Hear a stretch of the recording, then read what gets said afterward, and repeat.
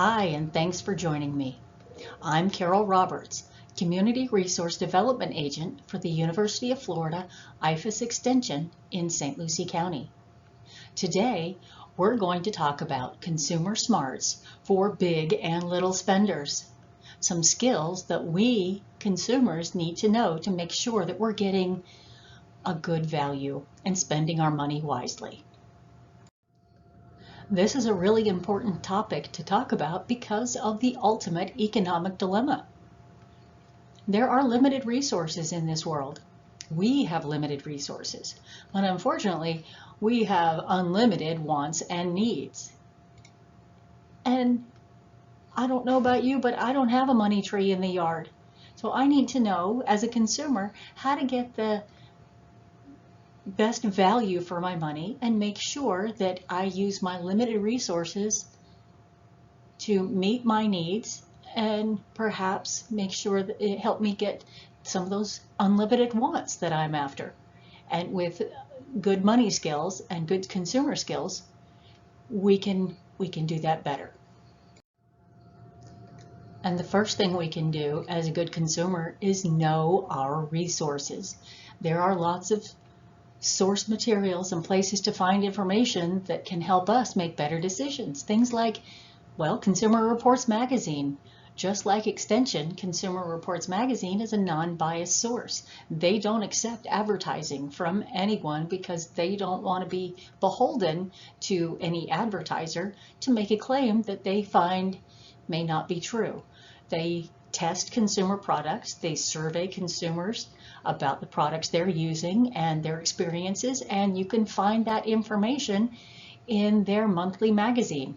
If you don't happen to subscribe to Consumer Reports Magazine, which it is a bit pricey, you can access their information or their magazine at your local library, probably for free. So, take an afternoon and go browse through Consumer Reports Magazine when you're looking to buy that next oven. See which appliance they say is the best, and then make your decision.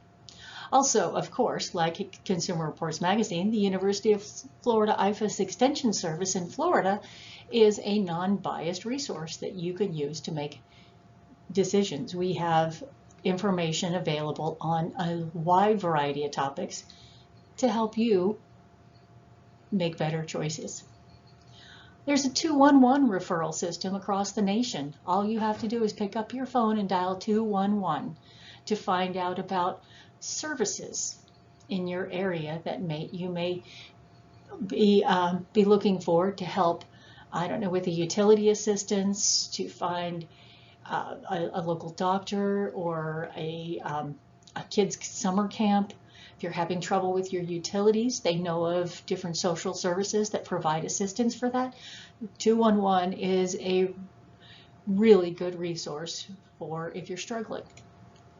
And of course, well, the library, one of my favorite places to go because it's free, and you can access a world of knowledge there. The resource libraries, their online databases, and of course your friendly librarian that will help you find the specific topic that you're trying to find out about. The Better Business Bureau, wow, what a great resource for checking to see if a company that you're about to spend money on has had any complaints about them and how did they resolve that.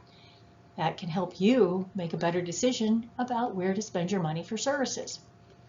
There are different pricing websites that you can do a search on the web and find out what are people paying for this particular item in my area, across the state, or around the nation. What's the going price? So once you know that, you can decide if the purchase you're about to make is a reasonable price. So that's very helpful in a lot of different ways.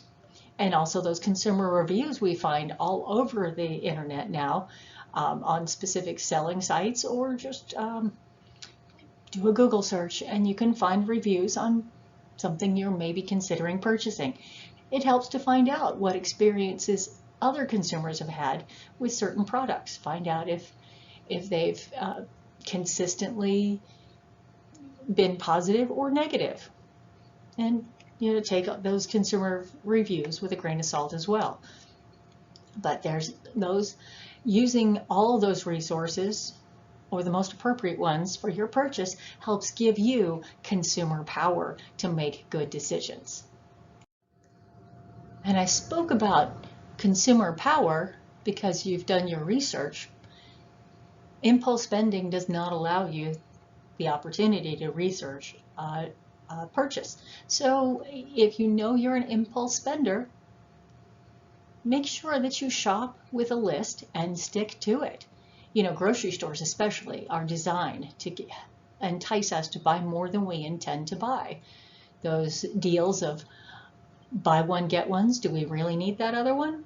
Or buy three, get a fourth one free, did we need that many? Those questions that we need to ask ourselves that help us stick to our list. Do I need this? Was I intending to buy it? Is this a good purchase? Is it worth the money to buy this now, even when I didn't expect to? Other things you can ask yourself. Do I need it, or do I just want it? We need to make sure we meet the needs first, and then we can address our wants. If I decide I do need it or want it, when will I use it? Or how often will I actually wear it? I don't know about you, but I've got several dresses that I purchased going, oh, well, this will be perfect for when I ever do this one thing I never actually do. So, yeah, I think that's a reasonable question to ask yourself. Where will I store it? Yes. There's a book out there, I think Marie Kondo, who gives advice on eliminating your excess stuff. She made a point that when you purchase something, you don't actually buy it, it buys you. You become responsible for it. You have to maintain it. You have to store it. And, we're running out of places to store things in some of our homes. So we have to consider how and where will I use this and store it. Also, if it's on sale, would I have bought this if it wasn't marked down? Would I even consider buying this if it wasn't this reduced price? If it's not, then is the sale really going to save you money? It's going to make you spend more money, just less than you would have if you'd have bought it at the full price. But you're still spending unnecessary money if the answer to that question, would I buy this if it weren't marked down, is no. Also, a really good question. Was this in my budget? Did I plan to buy this? And if not, what will I have to do without to make this purchase? I've budgeted all my money. I know where my money's directed and expected to go. But with this impulse purchase, I'm going to have to do some rearranging of my budget to make it work out and allow for this purchase. Those are the kind of things that keep us organized and on track with our spending goals, those questions. Well, I just mentioned that question to ask yourself, is this in my spending plan? Well, do you have a spending plan? I hope so, because that spending plan gives you control over your money. You get to decide and put it down on paper where you expect your money to go and how it's going to get you to your goals.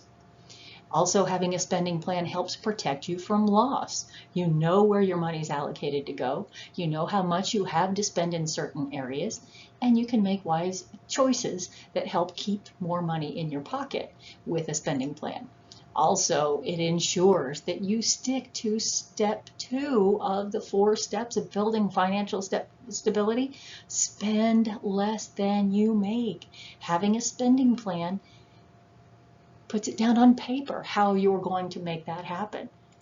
And also, when you subtract your monthly fixed and flexible expenses that you identified in your spending plan from your monthly income, it helps you to figure out, do I have enough money to cover my expenses and my goals? And if not, where do I need to adjust so I can make those goals happen and make sure that all of my money is being used appropriately for the expenses that I've identified? Having a spending plan is a tool to keep you on track with your financial goals. So one thing we have to think about when we're looking at how we spend our money is that we are consumers. We're named that because we consume. We buy something, we use it up, and often we buy another supply of it, right? So we can watch our consumption as a tool to save money. So looking at appropriate food and drink portions. You know, when we go to a restaurant, they pile the portions on our plate because they want us to think that we got a good value at their restaurant and come back, right? But when we get home and we put those same portions on our plate at home, we're maybe not following USDA guidelines about appropriate sizes of portions for healthy eating. So we can look at appropriate food portions and drink responsibly, not just adult beverages, but you know, those sugary drinks that tend to not be so healthy for us, and that we buy and consume. If we consume them too quickly, then we're having to replace them sooner and not saving money. Another way to look at our consumption is to look at some of the other products, and like cleaning products and toiletries that we use. If we're not following directions on using those cleaning products, how to mix them, or if they're concentrated, how much to mix with water, then perhaps we're overusing them, which can be harmful in certain situations and make us use that product much faster than we should.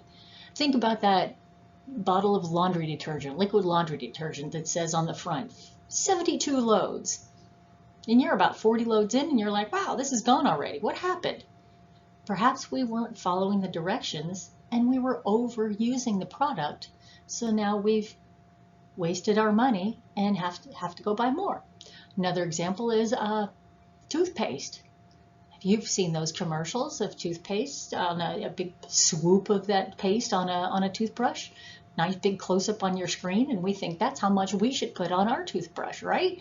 No, if you actually read the directions, it'll say something about how you should use a pea-sized amount of toothpaste on your toothbrush.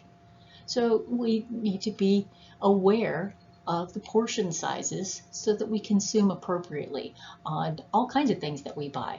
Well, think about our energy use. If we are not turning off fans and lights when we leave the room, then we are consuming energy that is not benefiting anyone. A ceiling fan does not actually cool a room, it cools the people in the room. So if there's no one in there, having that fan running is a waste of money, and we're consuming unnecessarily. Things like fuel for our cars. If we're accelerating quickly from a green light, then we're dumping a lot of fuel into those fuel injectors, and more than we really need to spend. So we can be more aware of our consumption as a way to save money. Oh, and maintenance saves money too. Think about how much it costs to repair something versus replacing it.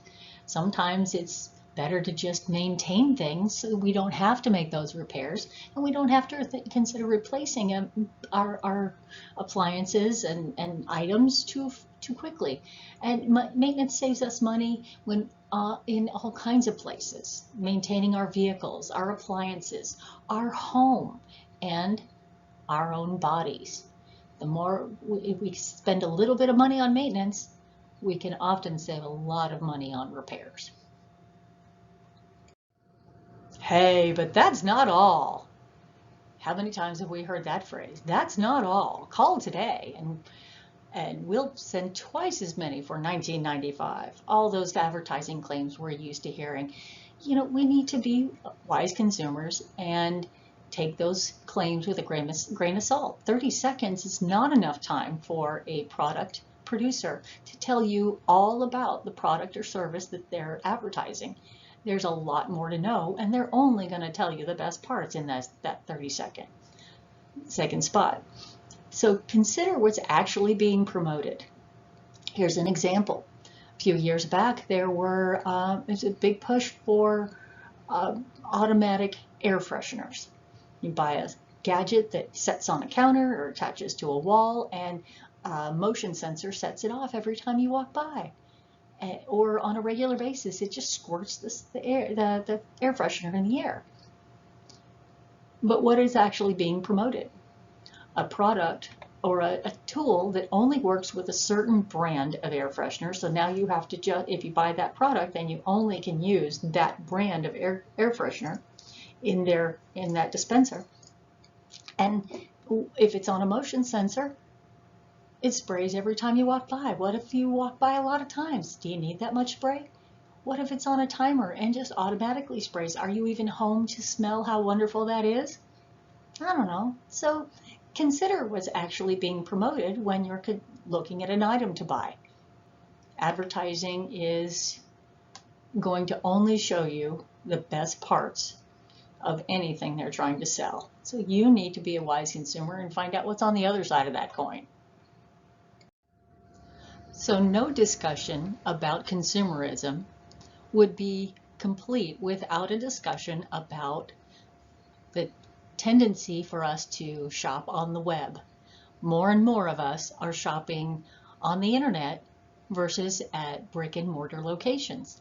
And there's a benefit to that. That's why we are trending towards more internet shopping. But there are also drawbacks, so we need to know about those and make sure that we maximize the benefit while minimizing the risks of this type of shopping. So the benefits, definitely, I think one of the major benefits is it's very convenient and time-saving. No longer do we have to worry about, oh, the store's going to close, I can't get there after work. We can go to their website, whether they're open or not, and purchase what we need to from the internet. So it is very convenient and saves us time. Instead of driving to a store, we sit down at the computer, purchase the things we need, and we're done. We can go about in all of our other tasks. And there is a potential for less impulse shopping. We go to that site to purchase a specific item and don't have as much opportunity to browse as if we were standing in a store and walking up and down the aisles and looking at the displays. So there is some protection from impulse shopping with that internet shopping. And it's hassle-free sales. You don't have a salesperson over your shoulder saying, can I help you with that? What can I show you? Is there something how do I get you in this car today? Those kind of things. So that we are free to shop at our leisure. And the one really big benefit is those product reviews. We can find out what other people thought about the product before we buy it, and there's a lot of value in that. If somebody says, I found that this is convenient, but the handle's too short, or I can't get this, it doesn't get into the areas that I need it to, or it's not as powerful, or whatever it is, it doesn't fit in my hand like I thought it would. Those are great things to know before we spend our money on a product. And that's a really big benefit of all this internet shopping, is consumers can share their knowledge. And there are some tax and transportation savings. Look for websites that are businesses that are based outside of your state, and then you can avoid paying sales tax in some cases, as long as they don't have a store of brick and mortar inside, or they're not based in your state.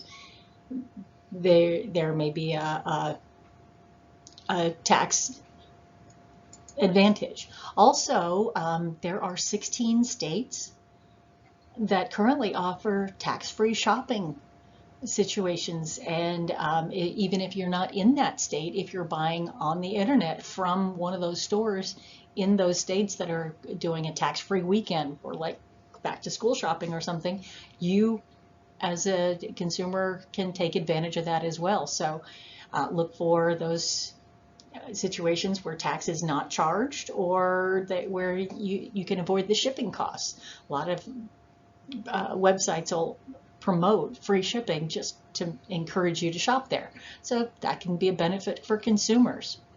However, shopping on the web provides a higher chance of fraud. We have to make sure that we're using secure sites and not fraudulent sites.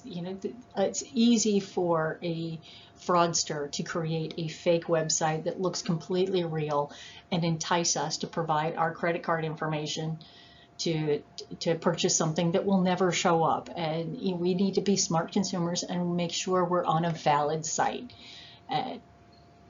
Just make sure that before you're putting in your credit card information, that you're on a secure site. That HTTPS should be in the address bar. There might be return fees, because we don't have the ability to touch and test and try on. Sometimes those things we purchase online are just not appropriate, and we need to return them. Several sites on the web will charge you a restocking fee or return fee. Some avoid those, that allow you to make those free returns. We might want to look for that just in case, because when we don't have the ability to touch and feel and try on, we are taking a risk buying that product. Also, it can, I talked about that shopping on the web can be time saving, but it also can be time consuming to go through the setup of being a customer and providing your information, or the fact that even if we're on the web, those sites are designed to keep us looking for more items. Less potential for impulse shopping is a possibility, but more website designers are finding a way to go, hey, if you like this product, you might also like this similar product, or people also bought to go with this item. We've all seen that on those shopping sites, and yeah, so it can entice us to spend more time shopping than we intended to.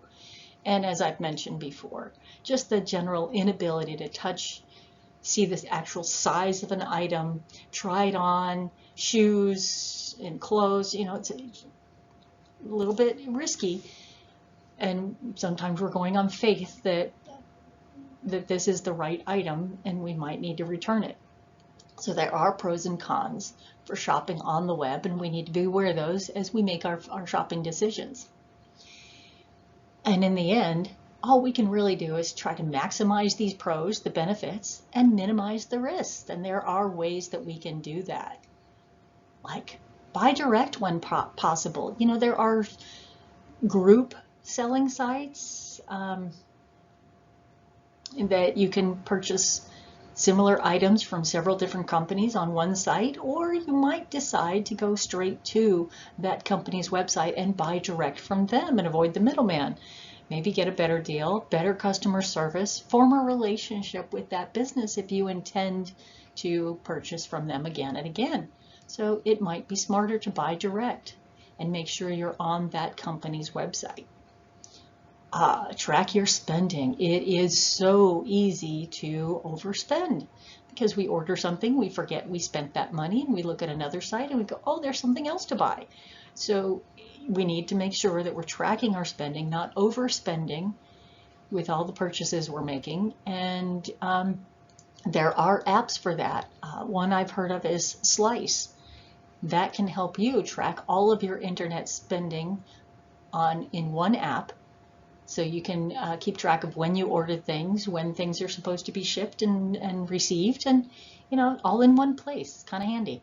So there are ways to track your spending yourself or using a specific app.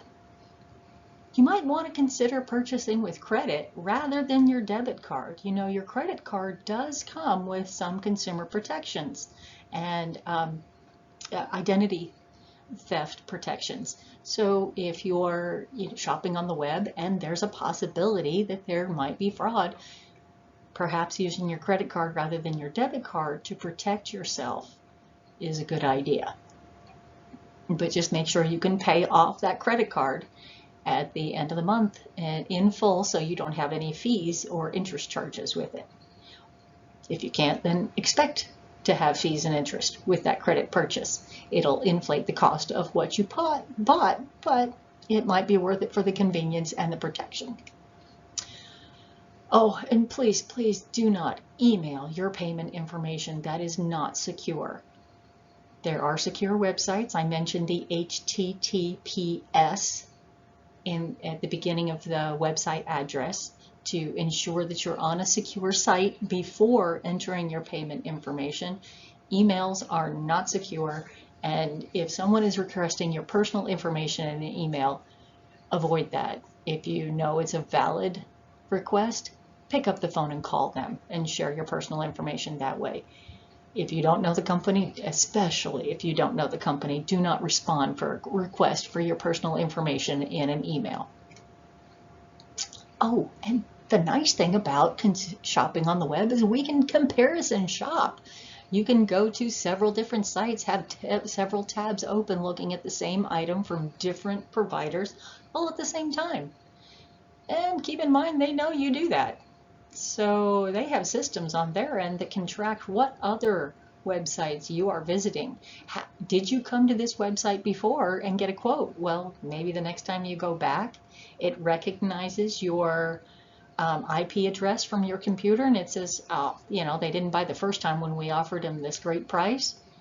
Maybe we'll offer them a better price, or like some of the airline websites do, you didn't buy the first time? Well, now it's going to cost you more this time now that you're back. Be aware that those computer systems allow for that to happen, and take advantage of that ability to comparison shop for products, so you can compare apples to apples and find the best buy for your bucks. Look for those tax-free opportunities that I mentioned before, those tax-free weekends where you can shop in a different state tax-free, right on the web, or those sites, selling sites that are outside of your state that can't charge sales tax in your state. There's a benefit to the consumer there. And take advantage of those rewards programs that come with your credit card or with the shopping sites. And there are several coupon-based apps. I know of one called Honey, and that offer to search for discounts and coupons for you as you're making a purchase. So you can get a benefit from that, some cash back, discounts sometimes, and take advantage of those because it helps you stretch your dollars further. One thing we can do as wise consumers to help us keep control of our shopping, our purchasing, is to compare pricing. But don't just compare the bottom price. It has to be, you have to consider the quantity and the quality of the item that you're comparing. So price isn't the only thing to compare. Maybe you have two items that are similarly priced. What's the size of those products? Is one a much higher quality than the other? Is it worth the money to spend more because you'll be replacing it yet less? Those are some questions to ask. But here's some examples of comparison shopping. So donuts. You could buy a dozen for $6, or 75 each donut is 75 cents each. Well, how much does each donut cost if you buy the dozen? 12 goes into $6. Well, it works out to be 50 cents. So if you buy them individually, they're 50 cents, or individually they're 75 cents, but you can save a quarter on each donut if you buy a full dozen. However, will you use a dozen? Is it worth it to spend $1.50 to get 2 donuts so that you don't have 10 that go bad or that you don't need? We have to make those kind of decisions. Do the math. Also, look at a 4-pound chicken. You can buy a 4-pound chicken, a whole chicken, at the grocery store, and that will feed a family of 4. How much does each person's share cost? Well, do the math. Works out to be about $1.50 for each person. But if you were to go to a restaurant and buy, each person in a family of 4 buys a chicken dinner out, how much is that going to cost? Might be worth it to make it at home more often than going out to dinner. But we also have to consider the quality. Yeah, Mom makes great chicken, but what a great experience when we get to go out to our favorite restaurant. Those are the kind of decisions that we have to make as consumers. What's the value, and is it worth it to spend a little more money this time or not? As an example of what it really costs to own any item and what an item really costs in the long run is on your screen now. This is the real cost of a garment. So I won't go into too much detail here. You can see it on the screen for yourself, but we're comparing a garment on different fabrics and their care requirements based on the fabric, the likeliness of how often they'll be worn based on the fabric, and then using simple calculations to really see how much it costs to wear that item each time. And you'll see the bottom line is that a linen comparable item to ends up being about $4, costing about $4 each time you wear it, whereas a cotton poly blend garment ends up being about 85 cents to purchase and care for that over the life of the item. And a silk garment, much more expensive at about $11 each time you wear it. So, a lot more than just the cost of buying the item goes into the cost of an item, and we smart consumers need to consider all the factors when we're making our purchasing decisions. So at some time or another, we consumers are likely to have to deal with a consumer problem.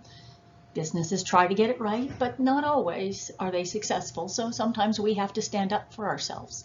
And to do that appropriately, first you want to collect all the records related to that consumer issue. Are there receipts, warranties, contracts, or the proof of purchase? Those kind of things you'll need to be armed with when you go back to where you made the purchase and speak to either the person that sold you the item or someone else in authority at that location. Going back, maybe just making a phone call instead of going back in person, but you reconnect with where the purchase was made and talk to a supervisor or manager if necessary, and give them time to resolve the issue that you were telling them about. And as you're telling about them, describe the problem in detail. Let them know why you're unsatisfied and what you think should appropriately be done to resolve the issue. That gives them a starting point for where to respond. Describe what you think is a fair solution, and then you can move on in a positive conversation. And if they aren't responsive, don't give up. Sometimes they count on that, but be diligent and make sure you give people time to respond. But if they don't in a timely manner, reconnect with them and call or write the company's headquarters if necessary. But when you speak with anyone, make sure that you keep a record of your efforts, who you spoke with, when you spoke to them, and what they said. That'll be your backup for resolving the issue. And again, if we're having to complain to a business because of a consumer issue or looking for a resolution on that consumer issue, we want to make sure that we do it effectively. We want to, as I stated before, describe in detail the problem, give them a little bit of history, and ask for a specific action. And be careful to stay in a state where you can avoid any angry words, the use of sarcasm, or especially don't avoid threatening anyone.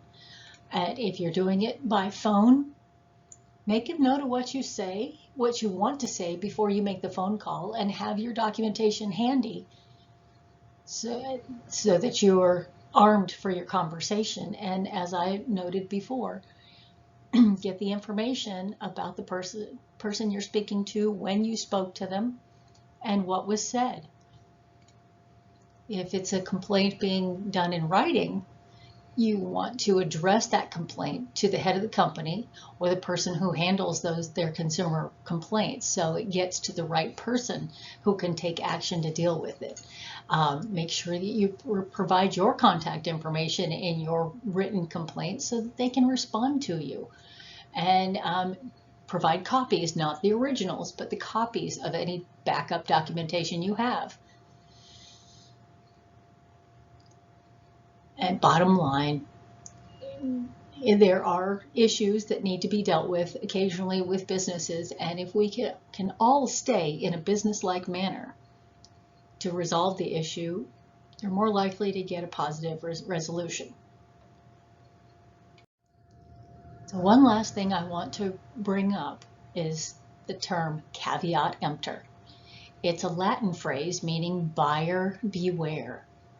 It helps to remind us that if it sounds too good to be true, it probably is. And because of that, we as good consumers want to make sure that we know the parameters of any purchase we are about to make so that we can meet those parameters. Things like if fees are going to be required or added on, if there's a time requirement for payment. Those kind of things are important to know so we can make sure that we can meet those parameters. Also, question any unreasonable claim. If it sounds too good to be true, it probably is. We know businesses need to make money and make a profit to be able to stay in business. And if we're questioning how can they sell this to me at such a low price, then it might be a situation, caveat emptor. And especially if you're buying used. The responsibility for making a good purchase is on the buyer, not the seller. So when you're buying used, a used appliance or a used car, check the reliability of that item as well as possible, because if that used car drives off the lot and later that afternoon the engine falls out of it, that's on you. It was important for the buyer to be aware of all the quality of the item they were buying. It's not on the seller. Also know that there is a cooling off rule and where it applies. So the cooling off rule means, it says that if you buy an item in your home, those door-to-door salespeople, or at a location that is not the seller's regular place of business, car dealer's tent sale, think of that, then you have 3 days to cancel that purchase if you paid $25 or more for it. That used car that has the engine fall out because that you bought at the tent sale, that'll have a 3-day cooling off rule. So drive it around, make sure, drive it over to your mechanic and make sure that it's in good working condition within those first 3 days. But there are some protections for consumers. Bottom line, buyer beware. It's on the buyer to make sure they're making a quality purchase. Well, we've covered a lot in this discussion about consumer skills, and I hope it helps you to make better choices and be a wise consumer. For more financial resources that are available to you, check out other videos available at Solutions for Your Life, sfyl.ifas.ufl.edu. There are a wide variety of consumer-related videos and blogs to help you make better choices. Or feel free to contact me at my office. You'll see my phone number and my email on the screen. I appreciate the time you've taken to spend with me today to talk about wise consumer skills.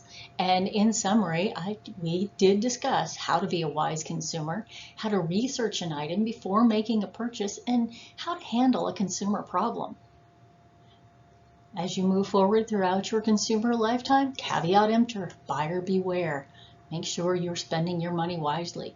And where did you learn this? Well, you learned it from your extension service. Your local extension service is actually a federal program that's been around for more than 100 years in every state in the nation and every U.S. territory. In Florida, we have the support of our state government, so there's an extension office in every county in Florida. You're never more than a county away from your local extension service, but we also are available by phone and online at solutionsforyourlife.com. UF Extension agents provide quality presentations using research-based, non-biased information that helps you make better decisions for your life. Thank you for joining me.